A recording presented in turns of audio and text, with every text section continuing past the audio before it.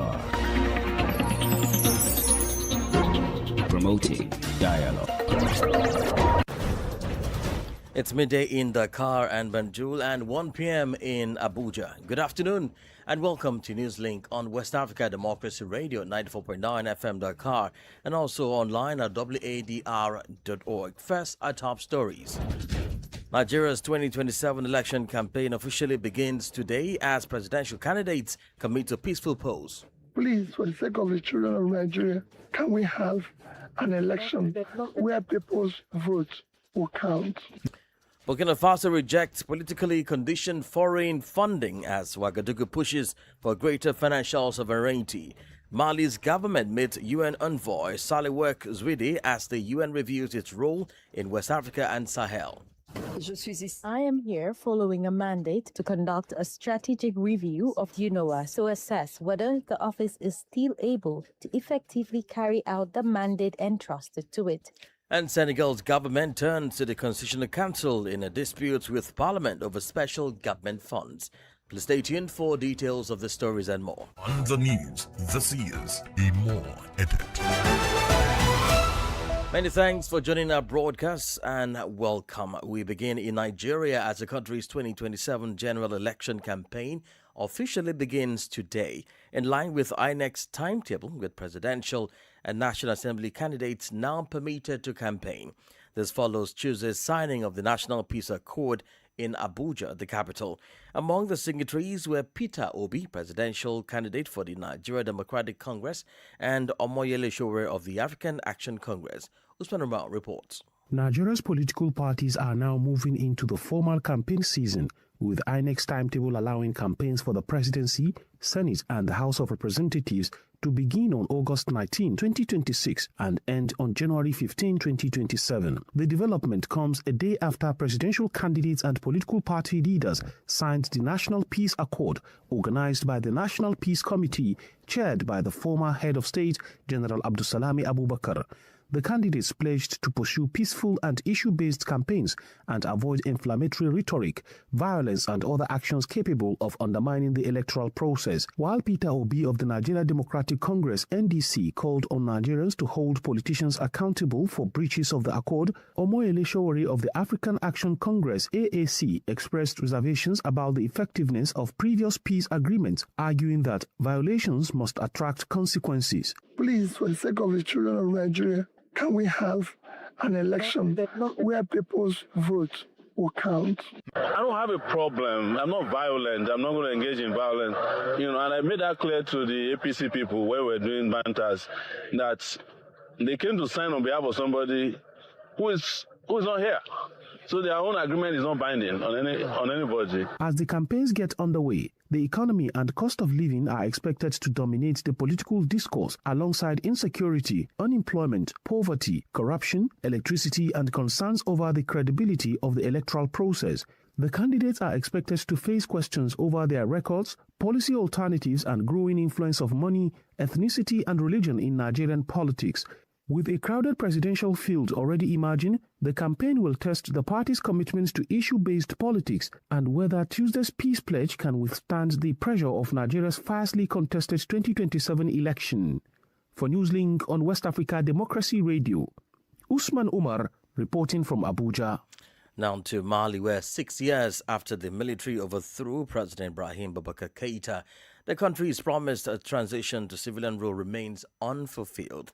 What began in 2020 as a response to deep political, security and governance grievances have since evolved into a much longer military-led transition, fundamentally changing Mali's political system and its relationships with regional and international partners. 6 years on, questions remain over what this new direction has delivered. Armed groups continue to threaten parts of the country. Political space has narrowed and elections remain on hold. Abdullah Hassan brings us an analysis of the political situation there. 6 years on from the August 18, 2020 coup, Mali's promised return to civilian rule remains uncertain.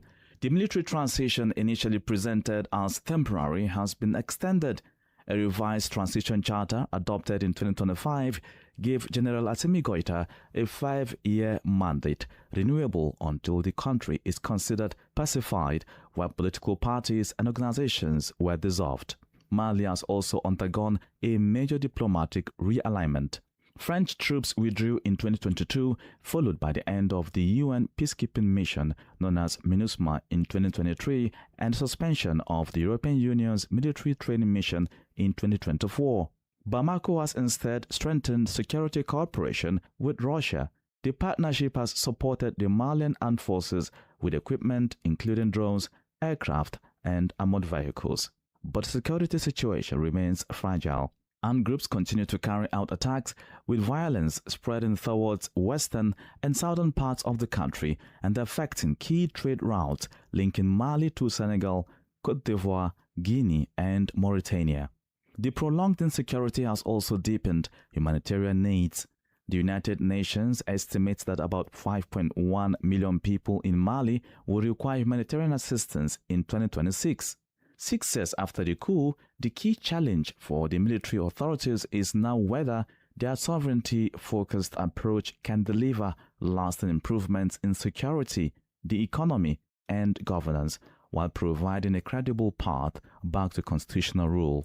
Abdullah Hassan with that analysis there. Well, staying in Mali, former Ethiopian President Saleh Work Zewde, an envoy of the United Nations Secretary General, met with Transitional President Assimi Goïta on Tuesday. The meeting was part of a strategic review of the United Nations Office for West Africa and the Sahel, UNOWAS. Discussions focused on security, conflict prevention, and cooperation with countries in the region. Sankli Janko reports. During her meeting with General Assimi Goïta, Saleh Work Zewde explained the objectives of her mission. I am here following a mandate given to me by the Secretary General and endorsed by the United Nations Security Council to conduct a strategic review of the United Nations Office for West Africa and the Sahel, known as UNOWAS, which is based in Senegal. The purpose is to assess whether, given the changing realities in the region and in individual countries, the office is still able to effectively carry out the mandate entrusted to it. We want to determine whether any adjustments are needed, and for that it is important to hear the views of the countries concerned. The former Ethiopian president is consulting several countries in the sub-region to gather their views on the role of UNOWAS and ways to improve its work. The UN envoy is also expected to engage with the 2 countries of the Alliance of the Sahel States, Senegal, and other concerned countries. The findings from these consultations will then be presented to the United Nations Security Council. For his part, Mali's transitional leader said his government is ready to contribute to the review. Assimi Goïta stressed the importance of taking into account the realities and priorities of Sahel countries, as well as finding African solutions to the region's challenges. The meeting followed a working session between the UN envoy and Mali's Foreign Affairs Minister, Abdoulaye Diop. Bamako correspondent Liu Chan filed the report and presented by Sankli Janko. More stories coming up on West Africa Democracy Radio. Newslink continues. We're taking down to Burkina Faso, where the government has announced that it will reject foreign funding that comes with political conditions as a military-led government pushes to make the country's development increasingly dependent on its own resources. Prime Minister Arim Talba John Emmanuel Wadr says sovereignty cannot be achieved by extending our hands, in quote, as his government seeks to finance most of its new development program domestically. Francis Boniface reports.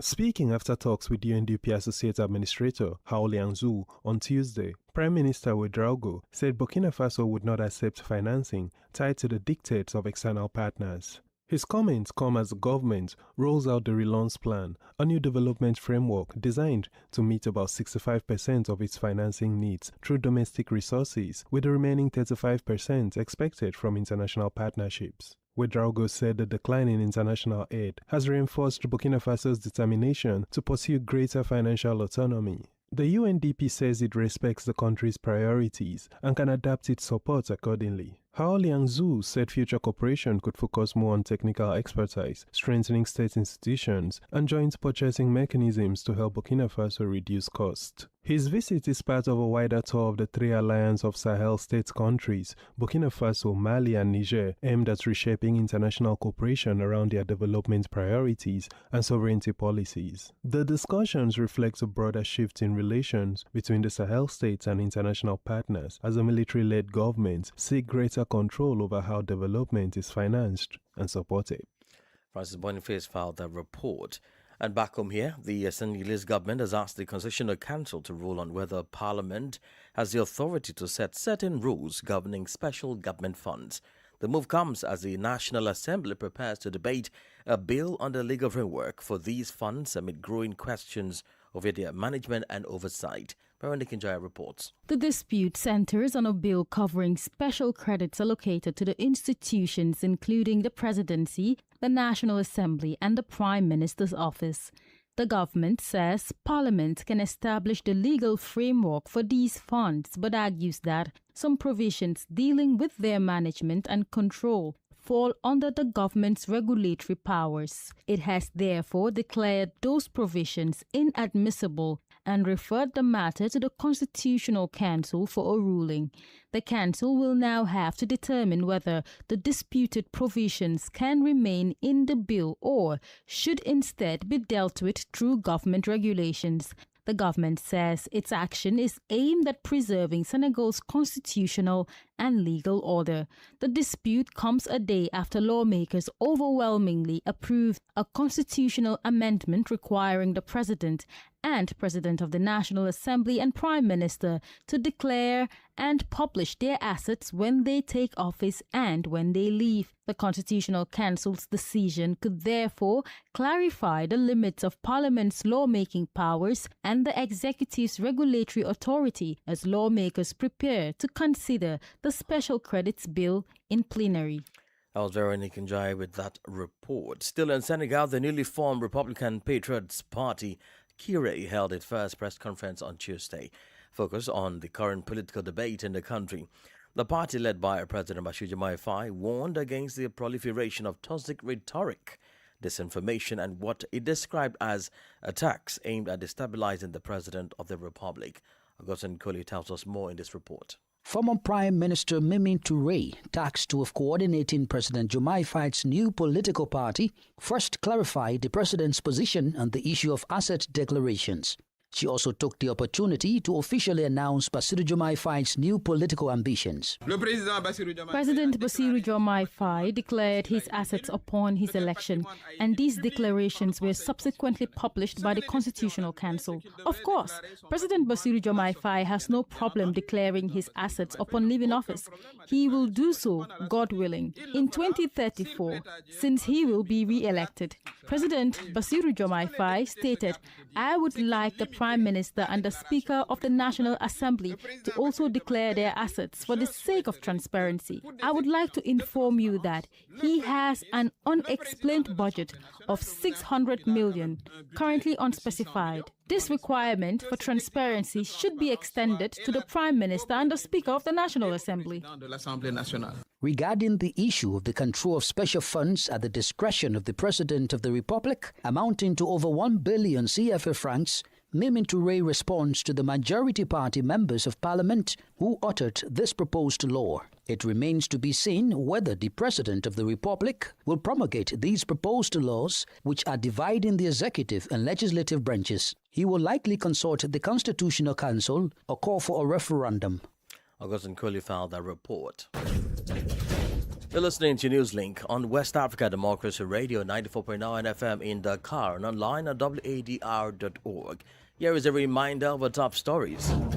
Nigeria's 2027 election campaign officially begins today as presidential candidates commit to peaceful polls. Burkina Faso rejects politically conditioned foreign funding as Ouagadougou pushes for greater financial sovereignty. Mali's government meets UN envoy Saleh Work as the UN reviews its role in West and Central Africa. Senegal's government turns to the Constitutional Council in a dispute with Parliament over special government funds. Still ahead in the news, we do have the press review, a guest interview, and sports updates. Please stay with us. Connecting Ghana to West Africa. This is Nadidi Tete in Accra, and you're listening to WADR 94.9 FM, Dakar.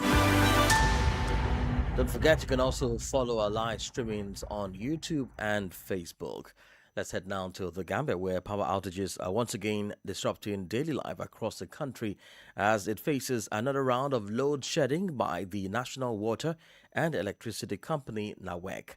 The utility says rising electricity demand, limited power imports, and a technical fault at one of its generating units are behind the latest disruptions.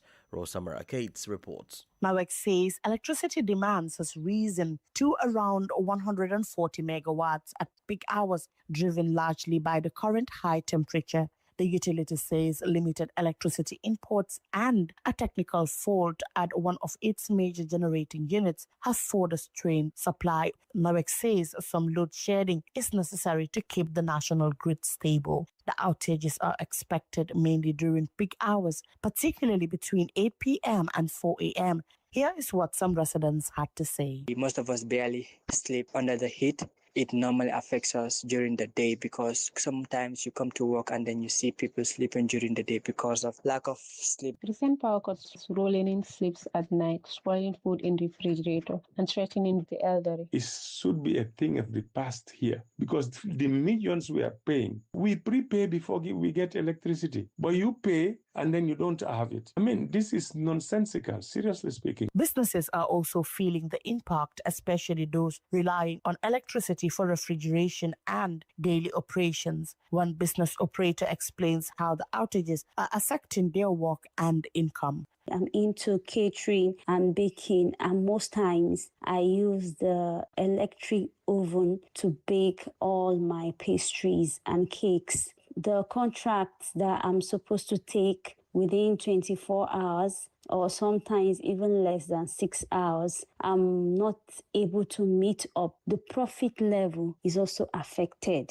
The latest disruption have renewed concerns over the Gambia's persistent power supply problems, with consumers calling for more reliable electricity and clearer information from NAWEC.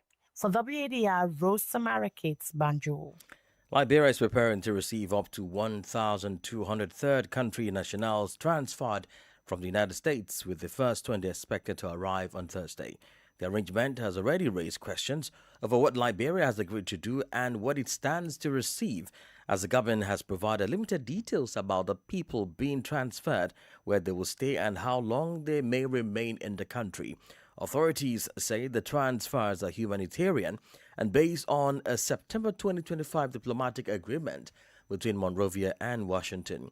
WDR's Monrovia correspondent Abraham Parker reports. At a press briefing in Monrovia Tuesday, Information Minister Jerry Meke defended the agreement, saying it reflects Liberia's tradition of offering refuge to people fleeing persecution and conflict.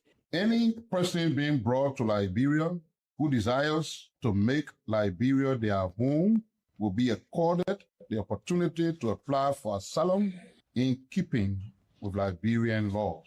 The government of Liberia intends to provide the transfer persons with the necessary support to seek protection in Liberia and to be safe during their stay here. Justice Minister Oswald Tutua says all arrivals will be screened by both countries, with Liberia retaining the right to reject anyone deemed unsuitable. We have done our own vetting before each batch arrives. Most of them are people who maybe had the immigration offenses, and we have the right before they arrive to reject anybody who figure not desirable for our country. The United States will cover the program's costs and to provide support to Liberia. However, the government is yet to disclose the amount of data support, the nationalities of the first 20 arrivals, where they will stay or why they were removed from the U.S. The first group is expected in Liberia on Thursday. For Newslink on WADR, April Parker,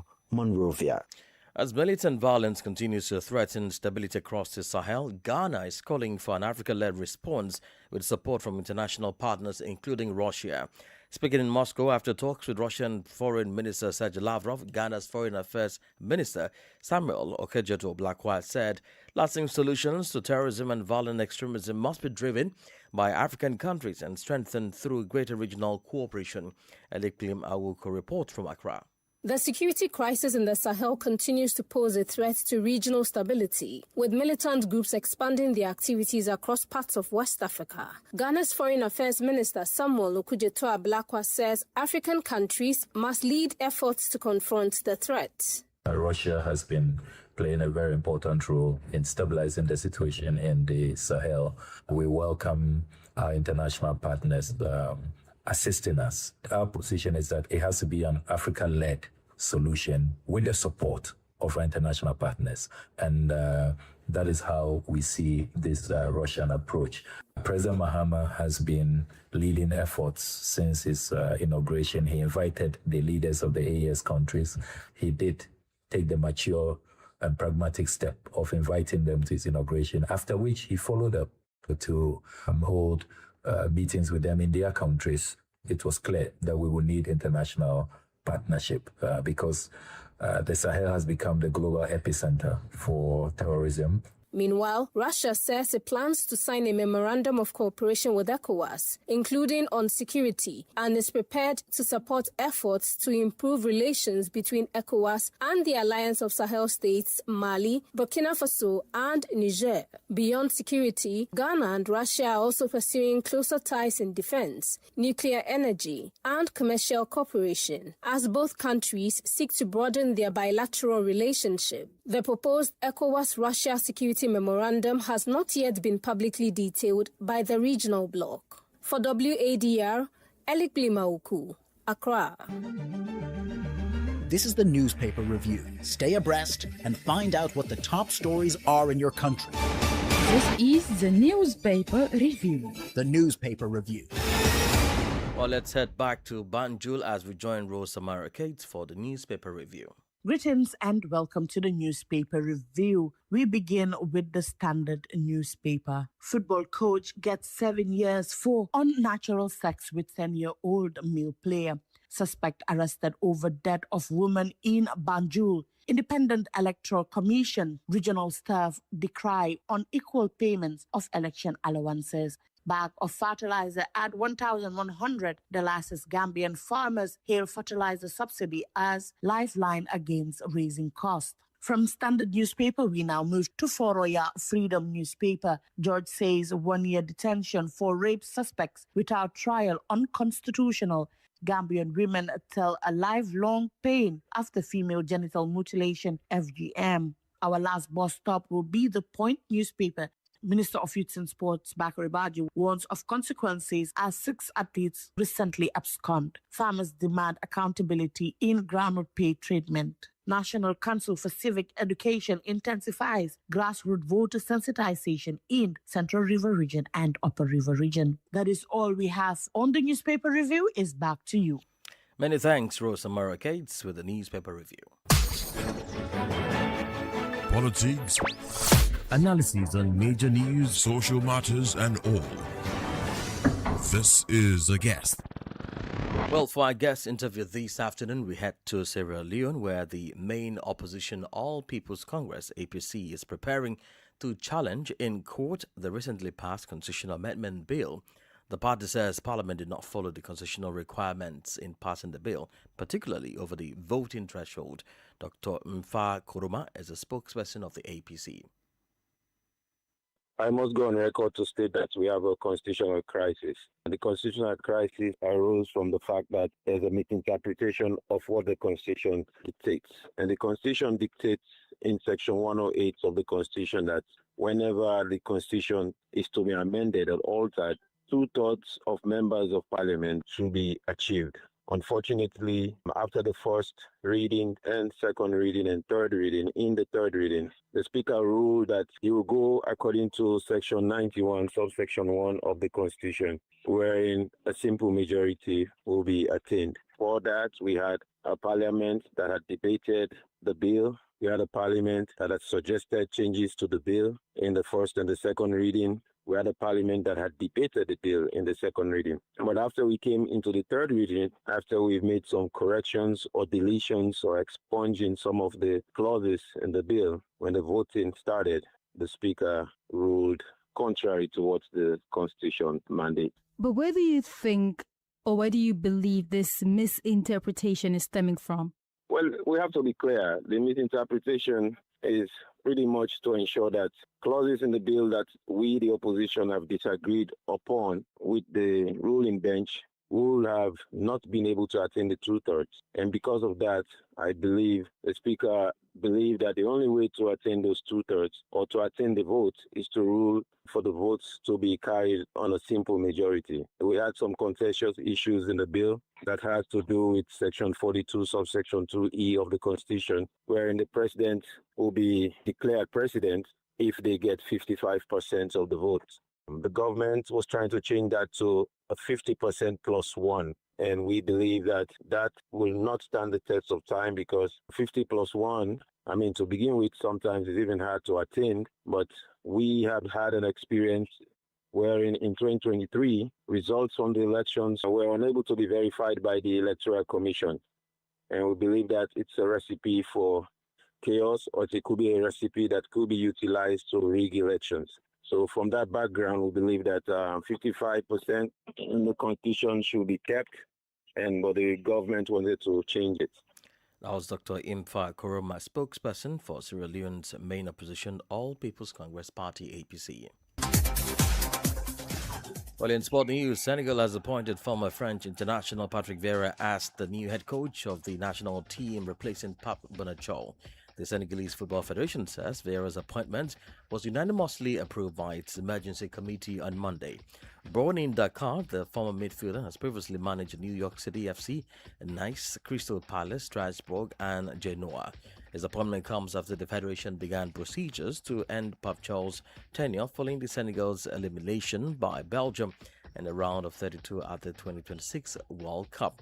The FSF says discussions on Vieira's contract and other administrative arrangements are still ongoing, with details of his official presentation to be announced later. Meanwhile, Benin is hosting the 25th National Primary School Championships in Jugu, bringing together young students from across the country until August 20. Organized by the Union of Sports and Cultural Associations of Primary Education, the competition combines sports and cultural activities. Beyond identifying young talent, organizers are emphasizing discipline, fair play, respect, tolerance, and civic responsibility. Authorities say the championships are designed to use sport as a tool for education while bringing children from different regions together. And we've come to the end of this edition of Newslink on West Africa Democracy Radio, 94.9 FM Dakar. Thank you for listening, and many thanks to Mustafa Sek and Maudoju for the technical support. Let's keep the conversation coming on all of our social media platforms, X, TikTok, Instagram, and Facebook at WADR English. Well, coming up at the bottom of the hour is a repeat broadcast of our gender program 50/50, and much later at 1 p.m.